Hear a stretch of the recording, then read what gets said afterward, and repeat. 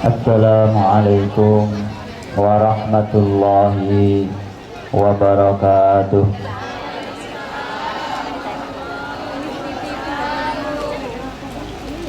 Assalamualaikum warahmatullahi wabarakatuh.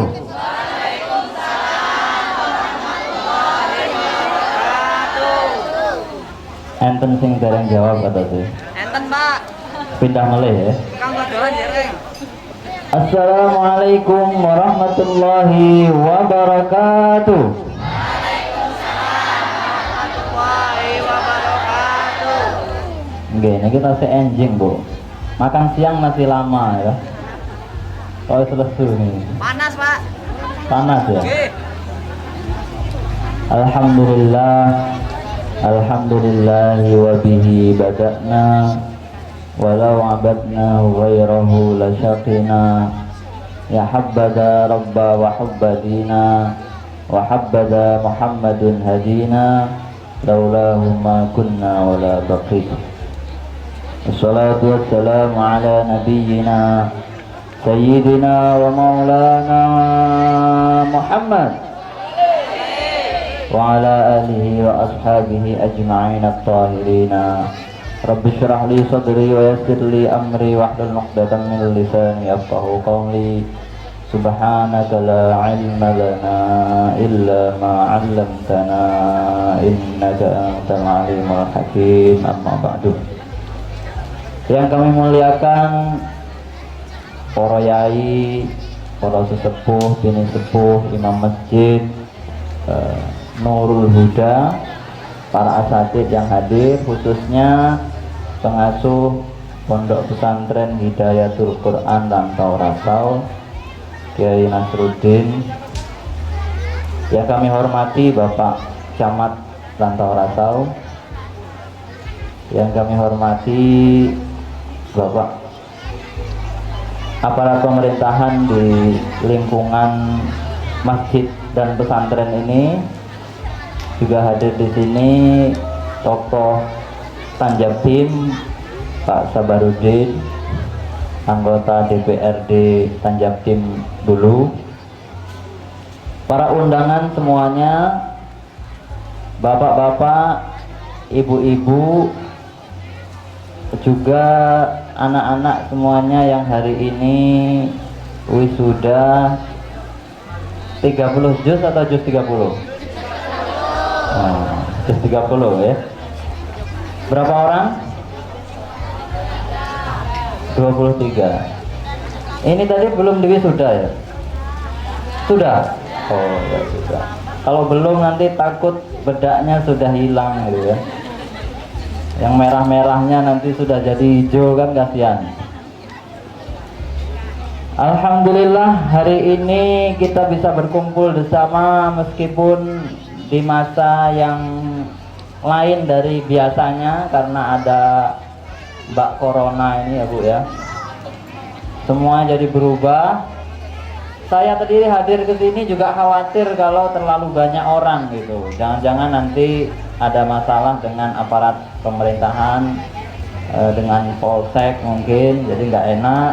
Tapi alhamdulillah yang hadir tidak terlalu banyak, dan insya Allah ini ibu-ibu lingkungan sini mohon ya Bu ya. Pulang nggih mboten teng pundi-pundi, kula namung saking Sabah. Terus insya Allah aman kita semuanya di sini. Insya Allah kita terlindungi dari corona. Insya Allah keluarga kita baik-baik saja, sehat-sehat saja, lancar rezeki, hidupnya barokah, ayam tentrem, sampai nanti mati husnul khotimah. Allahumma. Bapak Ibu yang dimuliakan Allah, alhamdulillah hari ini wisuda juz 30. Aku oleh lungguh lagi. Boten, Pak. Tapi kalau saya duduk kelihatan yang belakang ya. Saya agak maju aja. Keju Bu. Alhamdulillah. Yang ngapunten nggih Pak Yai. Bapak. wisuda juz 30.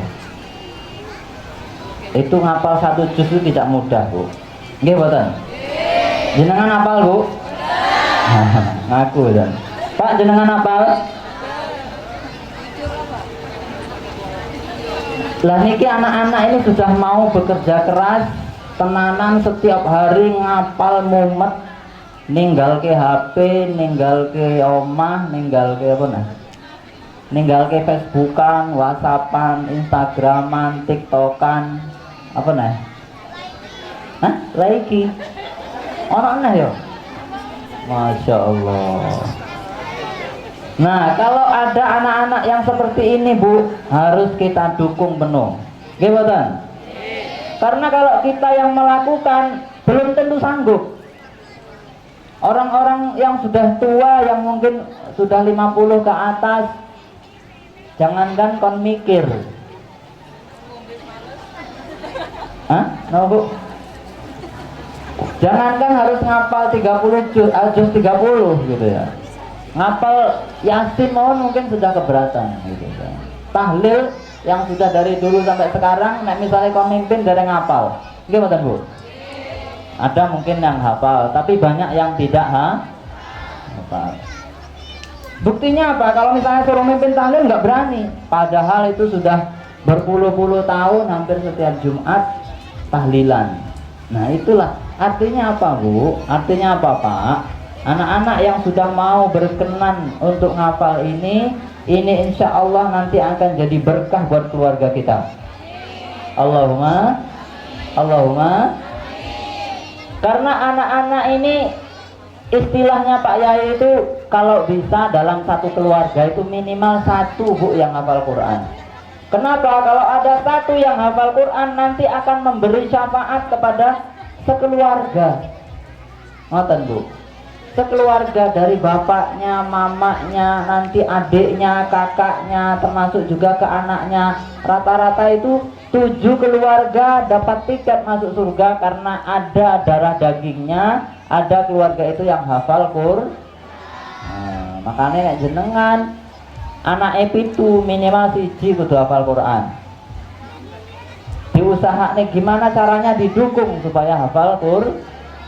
Nah misalnya anak pun mentas ganteng, berarti jenengan harus bagaimana menyibukkan diri dengan Al-Quran untuk dapat tiket nih, Bu. Karena kalau anak hafal Quran, bapak ibu niku mungkin niki pun banyak yang tahu ya, sudah masyhur. Nanti akan diberikan mahkota di surga dari anaknya. Betul nggih? Betul nggih? Niku sing ngendikan sinten? Niku yang bilang siapa? Rasulullah. Nggak mungkin bohong, nggak mungkin ngapusi. Nah, jadi kita niku sudah beruntung sekali kalau ada anak yang mau ngapal Quran. Kita dukung. Memang ngapal niku nggak mudah. Betul, Dek? Halo, yang hataman mana? Ini ya. Yang lain mana, bubar? Ngapal juz 30 gampang mboten? Hah? Susah kan? Tapi semangat kan? Masih mau meneruskan sampai 30 juz? Nah, ini Bu, semangatnya luar biasa, Bu. Ngapal satu ayat terus menerus. Ada yang setengah tahun, ada yang setahun, hafal juz 30. Nah, itu harus kita dukung sebaik-baiknya karena ngapal itu tidak mudah. Ini yang baru sudah tadi, ada yang nggak berani yang maju ke depan satu aja? Ada yang berani nggak? Ayo. Ya. Sip. Lenggah sini. Namanya siapa?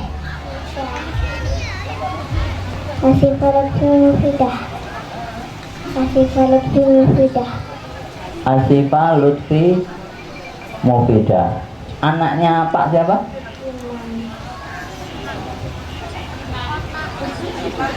Pak Imam ada, Pak Imam? Oh, Ibu siapa namanya? Yulianti. Sini, Bu. Wurianti. Ngapal Quran, ngapal juz 30 ini berapa bulan kira-kira? Setengah tahun? 1 tahun. Alhamdulillah. Dari ngaji di sini dari Iqra, nggih. Nah, terus masih mau lanjut 30 juz nggih. Di sini sama ngaji sama siapa? Ustaz Mustafa. Ya. Sekarang ayah mau tanya, sebutkan 5 surat minimal dalam Al-Quran. Apa saja? 1. Al-Fatihah, Al-Baqarah, Al-Imran,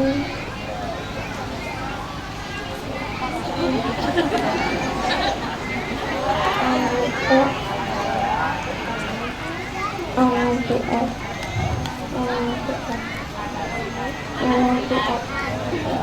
Jadi udah 5 ya, 5 ya. Mau pengen hadiah apa?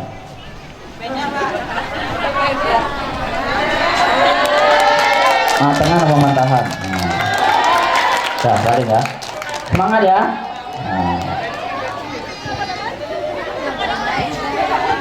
Kita lanjut Bu Ge. Jadi barokahnya Al-Quran itu, kalau untuk kita, ini kan anak-anak ini masih mulai. Nanti kalau dia hafal Quran, dia semangat dengan Al-Quran, hidupnya ke depan itu insya Allah bahagia, insya Allah sejahtera, hidupnya dicukupi. Kenapa? Karena dengan menyibukkan diri dengan Al-Quran, itu doa-doa yang lain sudah lewat semua Bu. Istilahnya apa? Kalau kita itu sudah sibuk dengan Al-Quran, wis ra sempet rasan-rasan. Betul boten? Bu, Bu, nek jenengan ngapal Quran, sibuk deres, sibuk ngapal Quran, sibuk ngulang-ulang, wis ora sempet rasan-rasan. Nggih mboten? Ora sempet WhatsAppan. Ora sempet Indosiaran. Nonton sinetron Indosiar iki lho. Ora sempet Facebookan. Ora sempet Instagraman. Nek sekali-kali wae. Kenapa? Karena sibuk membaca, sibuk menghafal, sibuk deres, sibuk belajar Al-Qur'an. Nah, sehingga beruntung, barokahnya besar. Insya Allah ora enek wong apal Quran itu uripe soro, mesti uripe seneng. Allahumma. Nah, makanya ini ada anak yang belajar di sini, yang di pesantren Hidayatul Quran ini harus sama-sama kita dukung. Mudah-mudahan barokahnya Al-Quran ini juga menyebar kepada kita semuanya. Allahumma. Ya Nabi salam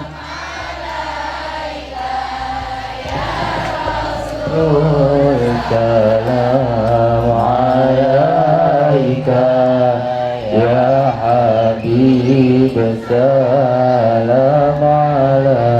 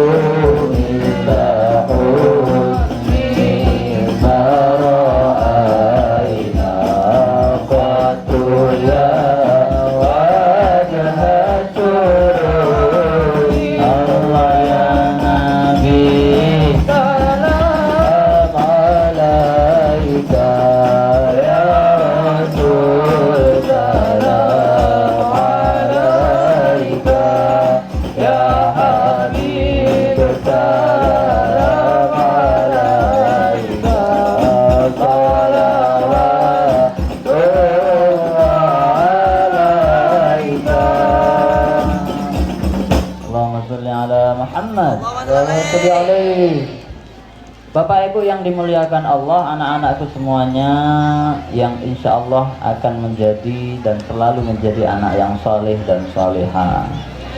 Allahumma. Al-Quran itu keagungan yang diturunkan hanya kepada kita, hanya kepada umat Nabi Muhammad Sallallahu alaihi. Ada suatu riwayat dalam kitab Hayatun Nabi, itu disebutkan ada seorang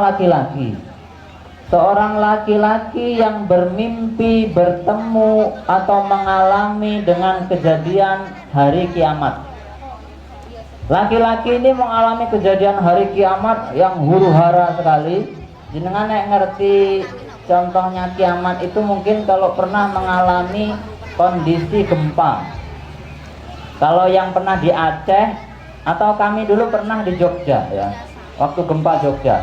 Jadi waktu gempa itu semua orang lari, tidak ada yang berpikir orang lain. Semuanya pengennya menyelamatkan diri. Betul nggih? Makanya sampai riwayat kalau kiamat itu orang itu sudah tidak ada yang pakai baju. Sudah tidak ada yang pakai celana. Utuh kabeh, Pak. Bu. Lu bener? Tapi pada saat itu jangan dibayangkan kayak sekarang. Nek kita ndelok wong orang nggo klambi itu, gitu kan. Hei ketok wi. Pada waktu hari kiamat itu enggak sempet, Bu. Udah enggak sempet mikir-mikir kayak gitu. Berpikir dirinya sendiri, aku nanti mau dihajar atau enggak? Dosaku bagaimana? Amalku banyak atau enggak? Aku nanti selamat atau enggak? Aku nanti masuk neraka gimana? Masuk surga? Semuanya itu panik mikirkan dirinya sendiri, terus gak sempet delok anune kancane. Loh, kenapa? Karena sudah panik pada hari kiamat itu. Nah, riwayatnya itu dalam mimpi itu ada seorang laki-laki yang bermimpi pada saat itu kiamat, lalu kelihatanlah para nabi. Para nabi Allah ada 24 nabi. Nah, Nabi-nabi itu bercahaya, badannya bercahaya, setiap badan itu ada 2 cahayanya. Ada 2 cahayanya. Lalu di belakang nabi-nabi, Nabi Adam, Idris, Nuh, Hud, Soleh, Ibrahim, banyak sekali itu semuanya. Itu di belakangnya itu ada umatnya masing-masing, setiap badan umatnya ini umat-umat yang beriman tentu saja. Itu memiliki 1 cahaya. Jadi kiamat itu sudah kacau balau. Nah, ini bersinar nih, setiap nabi ini sinarnya 2 cahaya, yang umatnya 1 cahaya. Di belakangnya masing-masing gerombolan gitu ruamin. Nah, lalu kelihatanlah di situ ada Rasulullah Muhammad Sallallahu alaihi. Ada Rasulullah di situ aneh sendiri. Kenapa? Karena Rasulullah itu cahayanya seluruh badan. Cahayanya itu seluruh saawak, Bu. Saawak tahu nggih? Niki yang Jawi santen nggih? Sampun. Oh. Tapi rata-rata paham lah bahasa Jawa nggih. Nabi itu 1 badan bercahaya semuanya. Jadi sinarnya yang paling terang sampai nggak kelihatan, wajahnya nggak kelihatan, tangannya nggak kelihatan karena semuanya penuh dengan sinar. Nah, di belakangnya itu umatnya Nabi Muhammad, kita niku tengwingkinge rawame, dan setiap kita itu punyanya 2 cahaya. Nah, inilah berkahnya Rasulullah itu aneh sendiri karena cahayanya yang paling besar, yang paling bersinar, yang paling terang di antara nabi-nabi yang lain. Jadi kita beruntung bahwa kita menjadi umatnya Nabi Muhammad Sallallahu alaihi. Kita beruntung sekali. Keistimewaannya luar biasa kita ini sebagai umat Muhammad, umatnya Nabi yang paling agung Muhammad Sallallahu alaihi wasallam. Nah, salah satu keistimewaannya Nabi Muhammad itu adalah karena beliau diberi Al-Qur'an. Gimana nggak istimewa? Pak Bu, kita itu baca Al-Quran itu 1 huruf dapat pahala berapa? 10 1 huruf, nggih.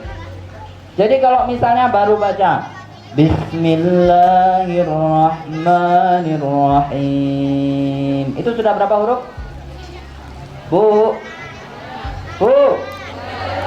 Pinten, Mbak? Ayo hitung. Bismillahirrahmanirrahim. Ba, sin, mim, alif, lam,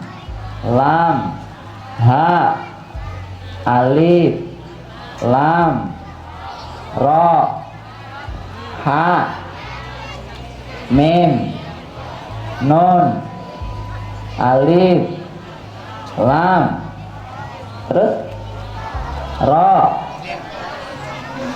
ya, ha, ya, mim. Berapa? Pinten? 19 dikali 10 berarti sudah berapa? 190. Wah, enak banget tuh ngumpul ke ganjaran. Satu huruf 10 kali lipat. Kita baru baca Bismillahirrahmanirrahim. Apalagi kalau yang hafid itu sehari 5 juz. Sehari sejuz. Yang ini yang juz 30 ini sehari selalu tidak boleh lewat 1 juznya. Nah, gitu kan? Sehari 1 juz berarti sudah berapa ribu kali lipat pahalanya. Alhamdulillah. Makanya Bapak Ibu nek misalnya sing boten ngafal, dari ngafal kata-kata mawon baca Quran. Jangan sampai tekor. Jadi Gusti Allah ini sebenarnya saking apike, Bu. Saking apike kali kita niki. Kita niku diberi kemudahan dengan apa?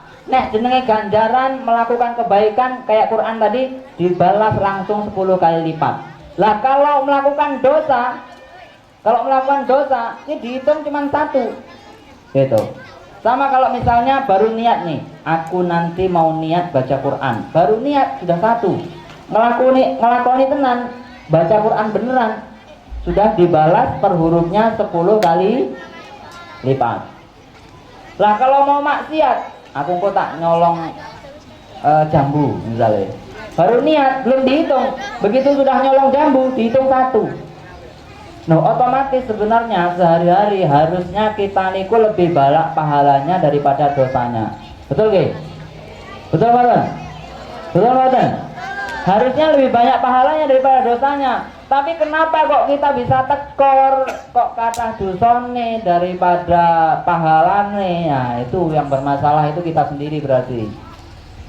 Padahal Gusti Allah ini sudah memberikan kemudahan hitungan. Harusnya kita niku untung.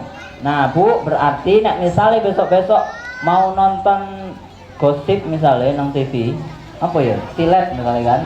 Ada rasan-rasan berarti kan? Rasan-rasan Ayu Ting Ting misalnya kan. Ngaji sik. Atau nek bar rasan-rasan, wih, iki tekor iki dosaku akeh, wis ndang tak ngaji. Nggih, Bu. Nggih. Kan mboten tekor. Nggih mboten? Loh, sekarang kita bisa membuktikan kita tekor atau enggak itu. Salah satu barometernya adalah uripe teruk apa mboten. Golek rezeki angel apa mboten gitu. Utangnya akeh apa gak? Saya suwi kok arisan terus tapi kok tekor terus gitu kan. Kreditan orang entek-entek, kreditan rampung barangnya rusak. Nah, kan remuk kan? Ngeredit Prio. Prio ini biasanya berapa bulan, Bu? Begitu Prio kreditannya lunas, Prio jebol. Nah, itu terus piye ngene iki gitu. Tuku apa-apa diluk-diluk rusak, tuku apa-apa gak berkah. Duwe kebon tekor terus. Misalnya mutret terus orang masuk pupuke dan seterusnya macam-macam. Nah, itu kalau begitu itu salah satu barometer kita itu ada yang tekor urip niku. Pahala kalau ganjaran itu mboten pahala kalau dosa enggak seimbang, tekor ini. Akeh dosane daripada ganjarannya. Nah, salah satu mensiasatinya adalah dengan amalia. Salat jamaah, tahajudan, duha, sedekah, termasuk membaca Nah, makanya Bu, Bapak, niki bisa disiasati tenggriya niku Qur'ane ditemok enggak hanya pada waktu Ramadan. Sing sering kan ngoten nggih. Begitu telung dina neh Ramadan, langsung golek-golek ndur lemari. Qur'ane sebelah ndi yo?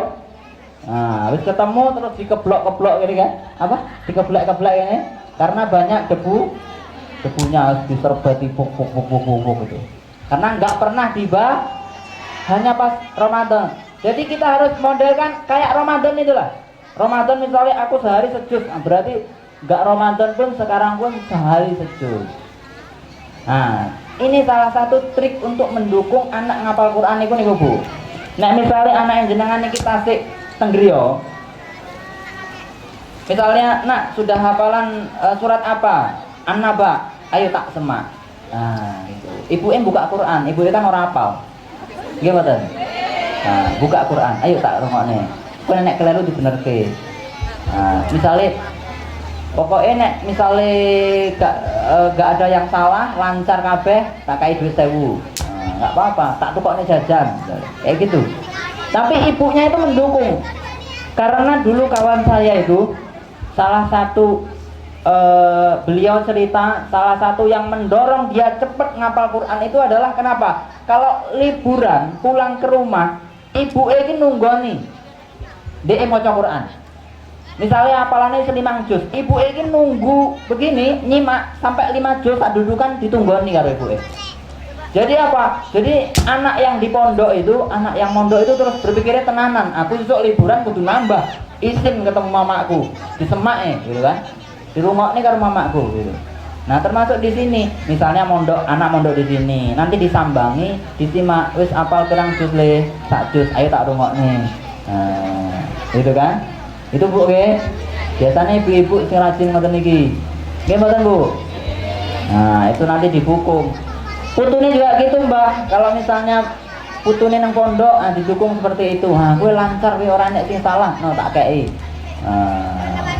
Jadi itulah penyemangatnya supaya kita bisa membentuk generasi-generasi kita ini generasi Al-Quran. Kalau enggak Bu, nanti Bu, aduh Bu, ngeri anak-anak kita Bu. Nek wis kandung nang jopo kae wis kenal motoran, kenal HP, wis. Nggih to? Nggih mboten Bu? Gimana Bu? Padahal anak kita itu nanti terkait dengan kita. Nek adewe nang kuburan tetap terkait, anak kita ini nang dunia ngopoin tetap terkait, termasuk kita ini. Termasuk kita ini nanti terkait dengan almarhum bapak ibu kita yang ada di kuburan. Kita melakukan dosa, bapak ibu nang kuburan tuh kena juga diantemi malaikat. Apa kalau kita melakukan kebaikan, maca Quran, sedekah, insya Allah bapak ibu nang kuburan melok entuk kiriman. Allahumma Jadi kula niku kadang-kadang menggambarkan seperti ini Bu. Bu, halo, masih lanjut? Pak yang di belakang masih lanjut?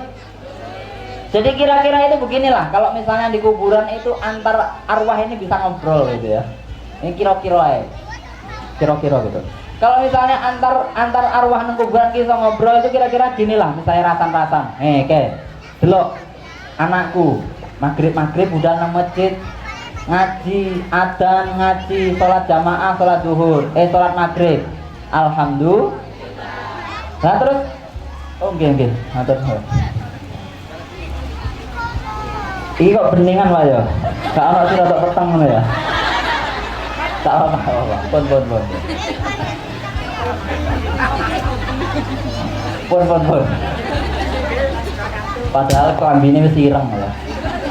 Klambine ireng karo putih. Ha pilihane gara kuwi ireng apa? Tapi gak apa-apa, Pak. Gampang. Engko bar iki tak tagih ya ta. Besok Pak Nasruddin nek dolan nang jari Nabi nang pondok gak tak kai kopi ya. Tekan ndi mau? Saya mana Bu? Nah kira-kira kalau nang kuburan tuh udah ngobrol. Nah kayak lo, anakku maghrib budal nang masjid, adzan terus jamaah bar kuwi ngaji. Alhamdulillah diluk neh malaikat ngirimi aku panganan enak-enak. ganjaran enak-enak panganan enak. Delok anakmu kae. Wis mulai peteng maghrib njukuk motor kae. Kae mesti nongkrong nang jembatan kae. Dilune kanca-kancane teko kae.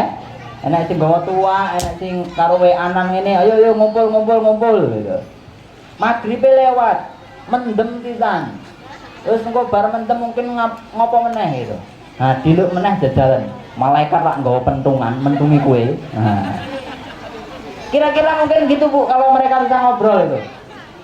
Kenapa? Karena kita ini terkait dengan anak Bu. Anak itu lahir dari rahim jenengan. 9 bulan bareng jenengan, otomatis jenengan pasti dimintai pertanggungjawaban oleh Allah. Nggih mboten? Ketika misalnya jenengan wis penak-penak idik ada mlebu surga.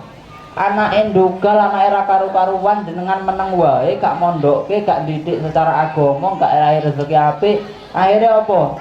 Mlebu neraka. Jenengan wis itik-itik arep mlebu surga wis nang pintu dipanggil malaikat. Sik Pak, Bu, sik.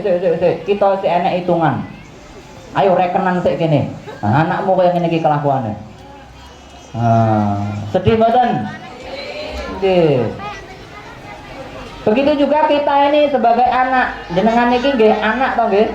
Anake bapak ibu sing pun mungkin pun sedo atau masih ada yang sudah sepuh. Nggih mboten? Kita juga harus kayak gitu Bu. Hati-hati dengan apa yang kita lakukan. Karena kalau kita melakukan keburukan, bermaksiat kepada Allah, bapak ibu nang kuburan juga kena. Jadi nek misalnya enek cah nom sing sok-sokan, wah Pak Ustad, gak usah lah ngondon-ngondoni aku. Gak usah khutbah, oke ini Pak Ustad khutbah nang masjid kono. Aku arek mendem, aku arek ngopo, aku arek rasolat, terserah aku. Sampai nggak tahu ukuran, ngesone masuk neraka, aku masuk neraka dhewe, wis gen. Tenang wis sampean, gak usah ikut campur. Pokoknya aku mlebu neraka dhewe. Nggak bisa. Nek jenengan mlebu neraka bisa berpotensi nggawa bapak ibu jenengan mlebu neraka. Betul nggak? Betul nggak? Jadi harus kita sadarkan, harus kita kandani. Kalau sudah kita tahu seperti itu, mestinya kita nggak akan berani untuk melakukan hal-hal yang tidak baik, karena bukan hanya menjerumuskan diri kita, juga menjerumuskan bapak ibu, nanti juga anak-anak ke bawahnya. Nggih mboten?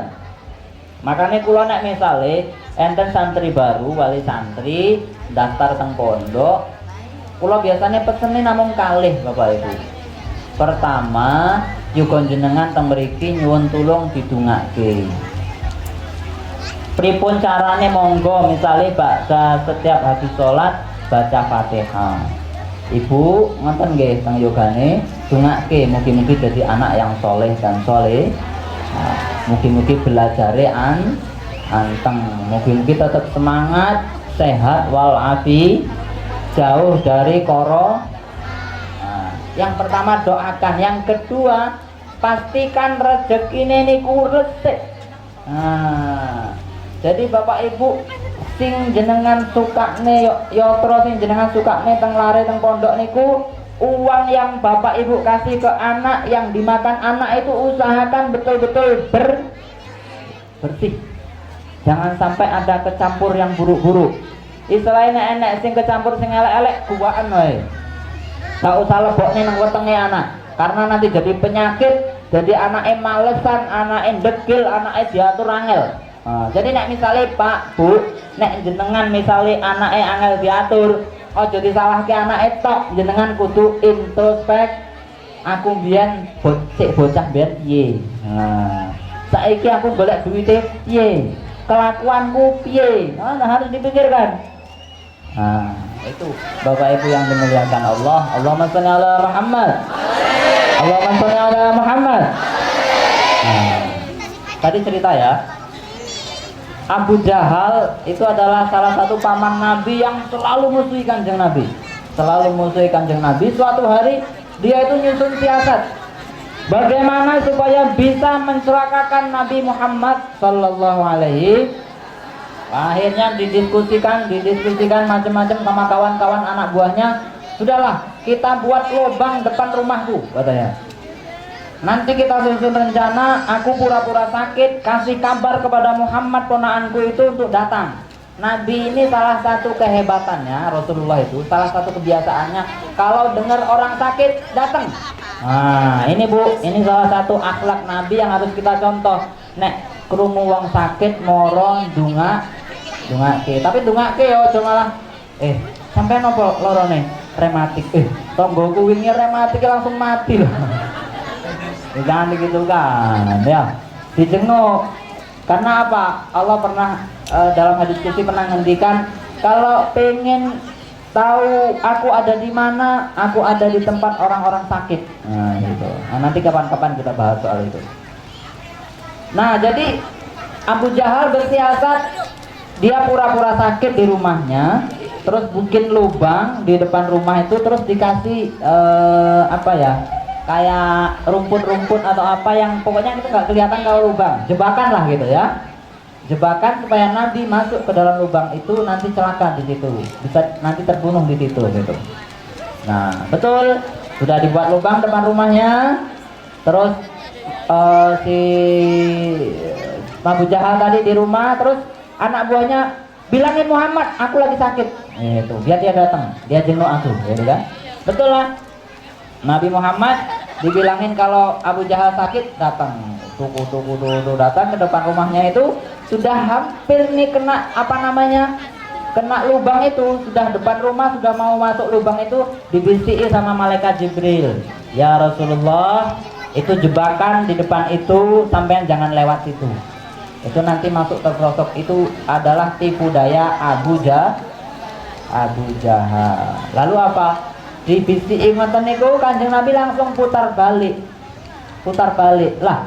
Abu Jahal tuh ngintip dari lubang rumahnya itu, ngintip, Muhammad melebu ora ya, Muhammad melebu jebakan ora ya, gitu kan. Begitu Nabi Muhammad sudah tinggal melangkah ke lubang itu, dibisiki Jibril, langsung balik arah, balik 180 derajat arah mulih. Wah ngerti gitu, terus apa, Abu Jahal terus buka pintu, mat rene mat, aku sakit tuh, karena mau Nabi Muhammad tetap jalan. Akhirnya Abu Jahal itu berlari ngejar Nabi, nggak sadar kalau di situ tadi ada lubang. Akhirnya alhamdulillah gitu ya. Akhirnya Abu Jahal masuk ke dalam lubang. Nah, lubang itu dalam. Langsung teriak-teriak, dang cepet-cepet golek tali, golek kayu gitu. Anak buahnya datang bawa kayu. Setiap kayu diulurkan, ini lubang tambah blesek, tambah jeruk. Enek kayu, cukup kayu lebih panjang nih, tiga enek nih, tambah blesek lagi sehingga nggak bisa megang. Lalu ambillah tali. Golek tali baru bengok-bengok gini. Anak buahnya sibuk cari tali. Begitu juga tali itu setiap diulurkan ke bawah dalam lubang itu, sudah hampir Abu Jahal itu sudah panggil megang tali gini. Ini anehnya apa? Tambah belesek niku tanahnya. Begitu terus sampai semakin dalam, terus Abu Jahal bengok-bengok. Gak usah diterus nengke ini tambah sumpek. Aku iso mati gini ku carane. Iki satu-satunya yang bisa menyelamatkan aku cuma Muhammad. Jangan. Panggil meneh Muhammad, kon nulungi aku. Jadi Bapak Ibu, sajane Abu Jahal ki ngerti Nabi Muhammad itu kekasih Allah, Nabi Allah, orang hebat, orang apik, tapi karena sombong sehingga malah pengen mateni gitu. Jadi dipanggil lah, Kanjeng Nabi dipanggil, jaluk tulung kon nulungi Abu Jahal, padahal tadi mau mencelakakan kan. Nah sudah, Kanjeng Nabi di atas, Abu Jahal di bawah, ini semakin dalam. Tolong selamat ke aku. Lah awakmu mau kan arep nyelakai aku, kata Kanjeng Nabi.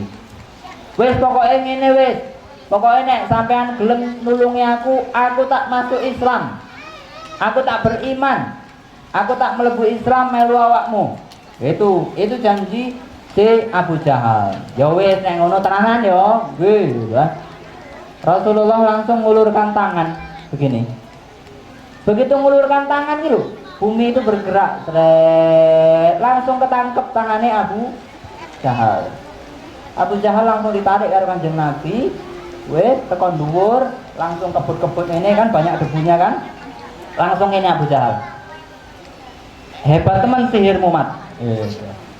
Hebat men sihirmu? Gak mau beriman. Apakah Nabi kemudian dendam atau marah? Enggak. Tadi itu sudah mau dibunuh, Nabi mau dicelakakan, tetap mau menolong Abu Jahal, menyelamatkan Abu Jahal dari lubang itu tadi. Begitu bareng ngono dihapusi ora apa-apa. Nah itulah kanjeng akhlak Rasulullah itu dijahati malah membalasnya dengan kebaikan, tetap dungake moga-moga Abu Jahal beriman melebu Allahumma. Nah ini Bu, jadi Nabi itu seperti itu sikapnya. Istilahnya itu Bu, istilahnya itu ditempeleng uang malah ngwehi duit 1.000. Nah, bisa mboten Bu, ngoten Bu? Bisa nggak Bu? Nah, jadi kategori tiang niku enten 3 Bu, paling tidak. Pertama adalah orang yang zalim. Wong sing zalim ki napa? Ditempeleng sekali terus bales nempeleng sekali. Mboten, salah niku. Ditempeleng sekali bales beberapa kali. Niku zalim. Jenengan nek misale dihapusi wong bales ngapusi itu dihapusi 1000 terus bales ngapusi 10.000. Ane jenenge zalim. Dijahati tiang, dilarani tiang bales beberapa kali, itu namanya zalim. Paling gampang tadi itulah, misalnya dijotosi wong, dijotos sekali sampai balasnya 3 kali, itu namanya zalim. Kalau kategori yang kedua itu adalah orang yang adil. Adil itu napa? Ditempeleng sekali, balesnya sekali persis. Karena itu berlaku hukum qisas. Jenengan misalnya dilarani tiang, digebuk sekali, bales gebuk sekali itu nggak apa-apa, boleh itu. Itu namanya adil. Cuman jarang yang bisa betul-betul adil. Kenapa? Jenengan yang bisa ditempel sekali, pasti kau nempeleng bales tapi lebih banter, betul nggak? Betul nggak? Malah ditambahi bonus, plok. Jarang yang bisa betul-betul adil. Tapi sebenarnya nek balesnya itu sama, itu masih boleh itu adil. Nah jadi yang pertama tadi, kalau dia balesnya sama itu adil. Nek balesnya lebih jadinya zalim, jahat berarti. Tapi ada kategori yang dicontohkan Rasulullah tadi, namanya apa?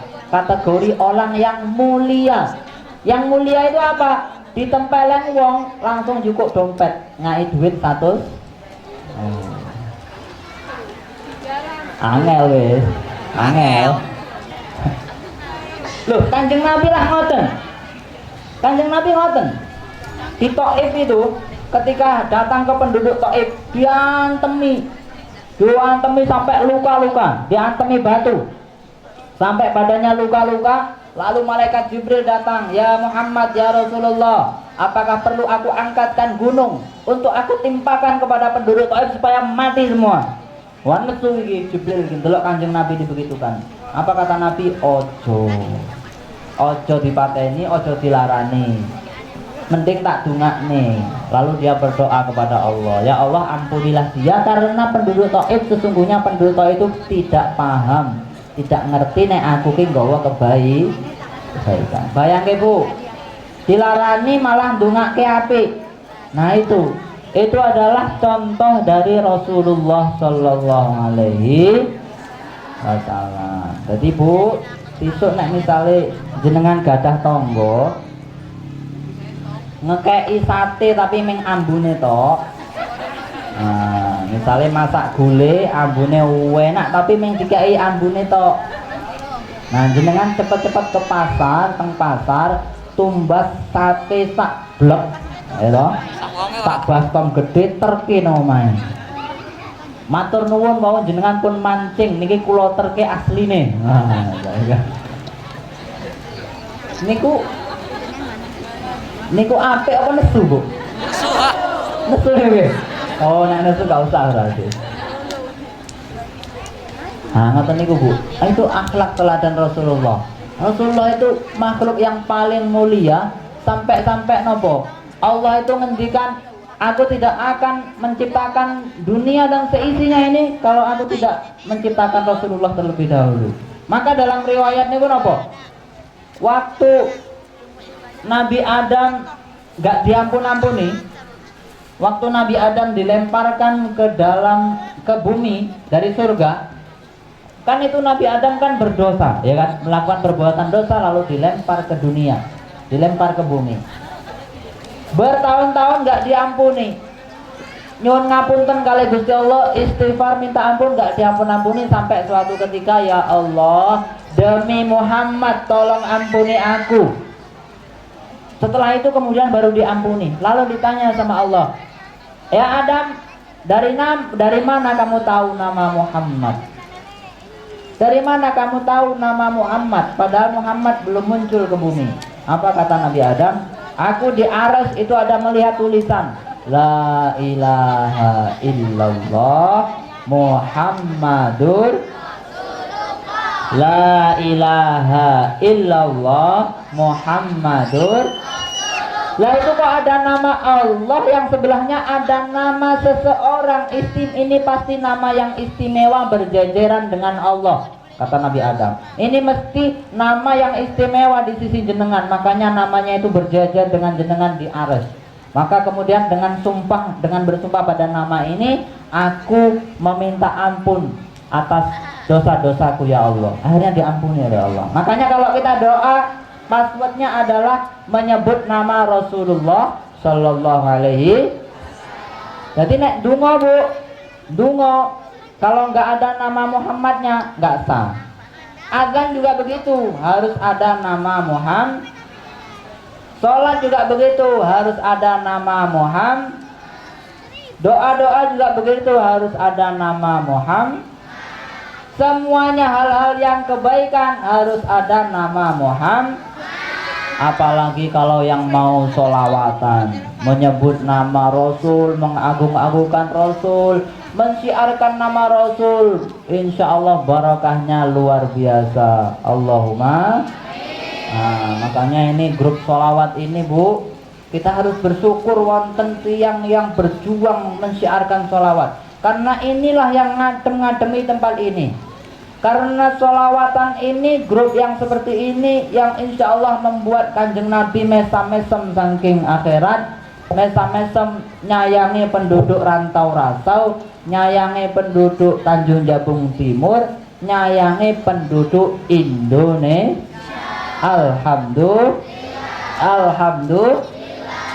Nah, sampai ulama-ulama luar negeri ini kaget delok fenomena di Indonesia itu.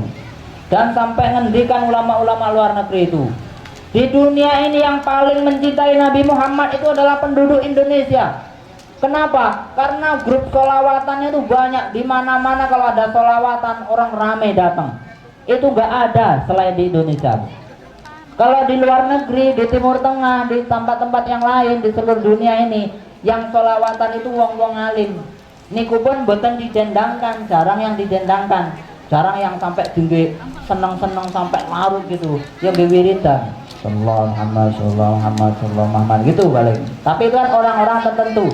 Nah, teng mriki kalih ngoten niku walaupun orang paham artine, nggih mboten? Nggih to? Wis kalih goyang-goyang wis pokoke mbuh koyo setengah ngrasakne dangdut mbok apa ati wae. Yang penting sholawat.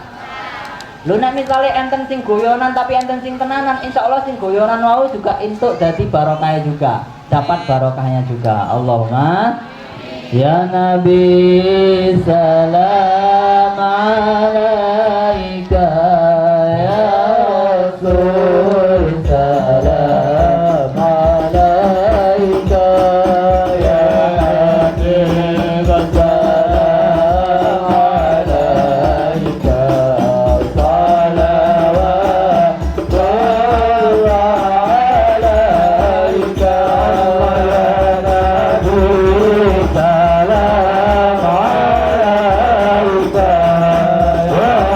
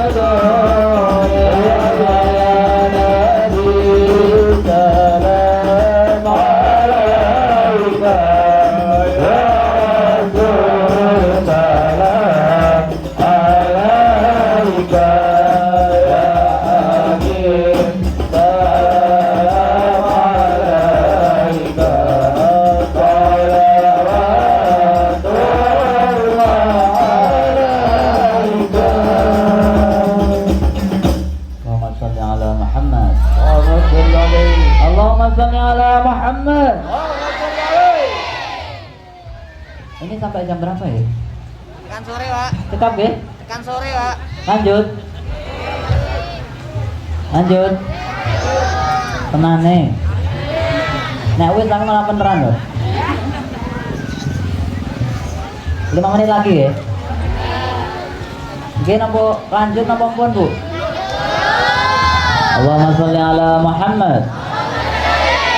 Bapak Ibu, salah satu keteladanan Rasulullah itu Kanjeng Nabi niku loman. Loman ngerti ya? Loman ngerti? Loman? Hah? Nyanyoh. Nyanyoh ngerti ya? Nyanyoh. Jadi pandai berterima kasih. Kalau menerima langsung dikasih. Oke. Lo itu apik bahasa Indonesia nih, Bu. Terima kasih itu. Itu kan kita itu kan nerima terus, lalu dikasihkan. Terima kasih. Kanjeng Nabi ini ku lomanipot. Salah satu kebiasaan Kanjeng Nabi itu kalau punya makanan bagi-bagi. Nah, suatu hari Kanjeng Nabi itu belah wedhus. Wedhus ngerti ya? Kambing. Kebiasaan orang Arab itu makanannya, hobinya itu kambing ya. Onta itu jarang, apalagi sapi, nggak tahu kebo nih orang terlalu ya. Tapi kambing. Jadi kalau yang pernah ke Arab, yang paling sering itu adalah gulai kambing ya. Di presto gitu kambingnya. Nah, suatu hari Kanjeng Nabi beli kambing, kebiasaan beliau gitu bagi-bagi kambingnya itu sudah apa namanya? Kayak istrinya suruh bagi-bagikan kepada sekeliling. Sampai kemudian sudah selesai kan? Ditanya Kanjeng Nabi ke belakang, tanya sama istrinya, "Gimana? Sudah dibagi-bagi? Sudah habis semuanya?" Kata Nabi. Sudah Nabi, sudah habis, sudah kita bagi-bagikan semuanya, tinggal pundaknya, tulang pundaknya sini, pundak kambing, bukan pundak saya ya. Tulang pundak itu, tinggal pundaknya. Terus Nabi ngerawat ngeten, bukan begitu bahasanya kebalik kata Nabi. Justru yang habis itu yang tulangnya ini, sedangkan yang kita bagi-bagikan tadi itulah yang masih ada, itu yang masih utuh. Paham boten, Bu? Ora? Tenane. Dereng kula jelaske lho. Paham, Bu? Maksudnya Kanjeng Nabi pripun? Kambing kita tenanan niku duit ya dhewe tenanan itu duit nek wis dilepaske. Duit nek wis disedekahke nang masjid, duit nek wis dikeke uang nggih sedekah, nggo bantu masjid, bantu musala, bantu pesantren, jenengan nyetor sak semen, barulah itu semen jenengan tenanan. Gitu loh. Artinya apa? Niku sudah disertifikat abadi, sudah distempel abadi, sampai sampean mati iku sik semene sampean. Allahumma. Jadi harta kita yang sebenarnya itu adalah harta yang kita keluarkan, yang kita sedekahkan, yang kita infakkan, yang kita wakafkan, yang kita hibahkan untuk pesantren, masjid, musola, untuk orang yang tidak mampu, untuk anak yatim, untuk santri yang sedang belajar. Nikulah harta kita yang sebenarnya. Artinya apa? Begitu kita mati itu masih stempel kita, itu masih milik kita. Kalau yang sekarang kita miliki teng dunya niki, Bu, mobil, tanah, kebun sawit, apa nih? Omah, kebun karet, kebun pinang, apa nih? Bojo, anak, kabeh begitu sudah meninggal ditinggal semuanya. Harta-harta tadi itu sudah begitu mati sudah lewat. Wih malah nggih sing tinggal nang dunya dadi rebutan kadang-kadang. Kita sudah tidak terkait lagi, kita nggak bisa memiliki lagi. Tetapi kalau pengen itu jadi harta kita, jalan satu-satunya adalah dengan kita sedekahkan, kita wakafkan, kita infakkan. Allahumma Makanya kula niku memberi istilah Bapak Ibu dengan sertifikat akhirat. Sertifikat sertifikat. Halo. Sertifikat. Jadi Bu, jenengan nek gadah tanah niku kan enter sertifikate, betul nggak? Betul nggak? Nek pun enten sertifikat ini kan pun hak milik jenengan, betul nggak? Oke, jadi sertifikatnya bukti kuat iki tanahku, iki kebonku, iki lemahku, gitu ya. Tapi ketika itu Bu, itu sertifikat dunia nek sampean mati, sampean ra iso nggawa sertifikate gawa nang kuburan ora kanggo dipangan rayap. Nggih mboten? Kebone tanah yang direbutan anak-anaknya atau dibagi-bagi anak-anaknya atau dituku wong. Entek wisan. Tetapi nek sertifikate dadi sertifikat akhirat, kebon atau tanah itu jenengan wakaf kanggo masjid, jenengan wakaf kanggo pesantren, niku jadi sertifikat akhirat. Sampai sampean mati sampean gowo. Sampai sampean nang akhirat itu sampean gowo. Alhamdulillah. Alhamdulillah. Purun Bu. Purun. Nah, aku tuh koma mikir diskusi karo bapak ini.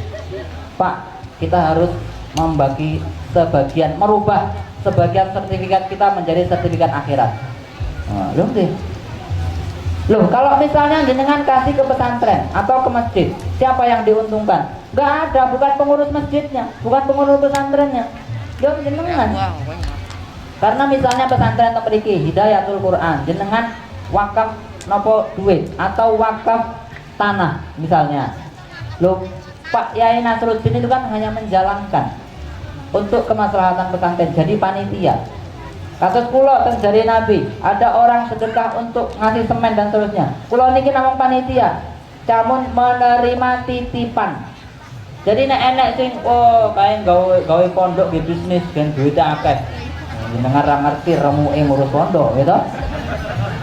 Padahal apa? Kita ini cuman menerima titipan. Kita nih panitia, penak jenengan sing ngetokne wis. Jenengan sekali delehne wis teko akhirat sampean gembol. Kita sing nerima titipan ki sing ngabot, Bu. Njogo titipan, nggih mboten? Nah, itu makane mungkin jenengan diskusi masing-masing Bapak Ibu teng griya, kita harus merubah salah satu sertifikat kita ini supaya nanti kita di kuburan tenang. Allahumma, supaya di akhirat kita punya harta yang dipegang. Allahumma. Jadi kalau misalnya ada yang bilang mobil nggak dibawa mati, tanah nggak dibawa mati, emas nggak dibawa mati, bisa dibawa mati dengan cara dilepaskan, dengan cara dititipkan. Lihat di sekeliling, masjid lagi bangun, nah nitip nopo yang bisa dititipkan. Aku titip Pak, gitu bahasanya. Aku orang ngewei lagi, sorry yo, duit-duitku dewe lagi. Aku nggak ngewei loh, tapi aku titip. Sesuk nang akhirat tak cukup. Alhamdulillah. Alhamdulillah. Tapi nikulah Bu, Bapak Ibu, maha penyayangnya Allah itu Bu. Kita niku kalau sedekah teng dunya, wakaf, infak, membantu orang lain, niku bukannya duitnya berkurang, tapi malah bertambah. Gimana? Loh, kita niku nak misalnya berwakaf, bersedekah, niku duitnya malah nambah. Untungnya kan double. Yang pertama, kita sedekah langsung sudah dapat sertifikat untuk akhirat. Kita nitip semennya kita gawa sampai mati. Pertama, bar nitip semen, duitnya kalau semen berapa? 65.000 misalnya. Bukannya hilang 65.000 itu, sisok duitnya 65 itu nambah. Janjinya Allah minimal nambahnya 2 kali lipat, bisa 10 kali lipat, bisa 100 kali lipat, bisa 700 kali lipat. Alhamdulillah. Alhamdulillah. Ya Pak Ustadz kok hitung-hitungan? Ya nggak apa-apa, ikhlasnya tetap ikhlas, tapi ya nggak apa-apa. Untuk motivasi nyatanya ngono. Orang yang banyak sedekah, banyak wakaf, gak ono ceritanya tambah kiri, gak ono ceritanya tambah miskin, gak ono ceritanya hartanya berkurang, mesti bertambah. Alhamdulillah. Alhamdulillah. Alhamdulillah. Makanya Bapak Ibu monggo hitung-hitung kita niku urip teng dunya niku terbatas, nggak sampai paling-paling 65 tahun, 70 tahun, 100 tahun baru kuwi putus. Nah, sebelum lewat, sebelum nyesel, kita gunakan saat di dunia ini apa yang bisa diberikan, apa yang bisa diperbantukan, dibagi-bagi kepada, dititipkan kepada orang-orang yang atau pihak-pihak yang memang sedang melakukan hal itu. Jadi di sini saya bukan berarti terus ngompor-ngomporin karena saya punya kepentingan apa-apa, enggak. Niku untuk kepentingan jenengan semuanya, betul? Jenengan arep percaya terserah. Sesuk nek nang kuburan mesti langsung nyesel gitu kan. Oh, jatuh nombian aku tak ngrungokne omongane Pak Sukron ya. Penak nang kuburan saiki nang kuburan pauwatang. Padahal dia nang dunya pewadang karena emasnya banyak, kelinting, diceloroti gitu bersinar. Gimana lo? Begitu di kuburan gelap karena tidak ada sedekahnya, tidak ada baca Al-Qur'annya. Nah, ini kok oke. Jadi alhamdulillah hari ini kita wisuda juz 30. Mudah-mudahan nanti saya pengen suatu ketika diundang lagi di sini, nggak harus ceramah, jamaah seperti ini nggak apa-apa, menghadiri wisuda 30 juz santri-santri Hidayatul Quran. Allahumma insya Allah yang di depan-depan yang hari ini wisuda, yang tahun kemarin wisuda, insya Allah nanti siap untuk wisuda 30 juz. Siap? Harus tetap semangat ya. Jangan kalah dengan gudiken, jangan kalah dengan kerasan, jangan kalah dengan duit entek, jangan kalah dengan kontirakatan orang telap. Harus berani. Kon poso siap, kon deres tengah wengi siap, tahajudan siap, gudiken siap, kangen mama siap. Gak apa-apa. Nanti setelah itu insya Allah meraih kebahagiaan di dunia dan Bapak Ibu juga gitu, harus ridho anak-anaknya mondok. Kemarin itu saya baru ketemu dengan Mas Sepupu. Mas Sepupu kula niku yugane sekawan mondok sedanten. Sekawan-sekawane mondok teng Jawa sedanten. Sampai enek uang kanca-kancane iki tekon, sampean ki apa ora duwe anak lho. Sampean ki apa ora duwe anak nang omah kok mung wong loro tok. Padahal apa anake teng pondok. Mungkin sekarang, mungkin Bu, mungkin agak susah, sedih, mungkin kangen sama anak. Tapi nggak apa-apa. Nanti setelah itu kalau kita sudah tua, anak-anak itu sudah selesai mondok, anak-anak itulah yang akan mengurus kita. Allahumma ngoten. Anak-anak yang tahu pendidikan agama insya Allah perhatian kepada kita. Bukan hanya kita sudah tua, kalau kita sudah mati, mereka lah yang nanti akan mengirimkan doa-doa dari anak yang soleh. Alhamdulillah. Nah, jadi Bapak Ibu, mudah-mudahan kita semuanya yang hadir di sini semuanya mendapatkan keberkahan dari Al-Quran, mendapatkan keberkahan dari Al-Quran, mendapatkan keberkahan dari sholawatan. Mudah-mudahan kita semua yang hadir di sini, apabila ada yang sedang sakit, Allah sembuhkan. Apabila ada yang sedang kesusahan, Allah gembirakan. Apabila yang sulit rezeki, Allah mudahkan. Yang banyak utang, Allah lunaskan. Yang arisannya nggak keluar-keluar, segera dikeluarkan. Yang kreditannya nggak lunas-lunas, mudah-mudahan segera lunas. Yang masih jomblo-jomblo, mudah-mudahan segera diberi jodoh. Yang pengen punya anak lagi, mudah-mudahan diberi rezeki anak lagi. Yang sedang hamil, mudah-mudahan anak dan ibunya sehat sampai melahirkan. Yang belum haji, belum umrah, mudah-mudahan segera diberi rezeki haji dan umrah. Yang belum bahagia, mudah-mudahan segera bahagia. Mudah-mudahan kita semuanya yang hadir di sini, semuanya yang hadir di sini, dosa-dosanya diampuni oleh Allah. Dosa-dosanya diampuni oleh Allah. diberi kebahagiaan dengan Al-Quran, nanti berkumpul dengan Rasulullah di surga Allah bersama Rasulullah dan orang-orang soleh. Al-Fatihah. A'udzu billahi minasy syaithanir rajim. Bismillahirrahmanirrahim. Alhamdulillahi rabbil alamin. Ar-Rahmanir Rahim. Malik yaumiddin. Iyyaka na'budu wa iyyaka nasta'in.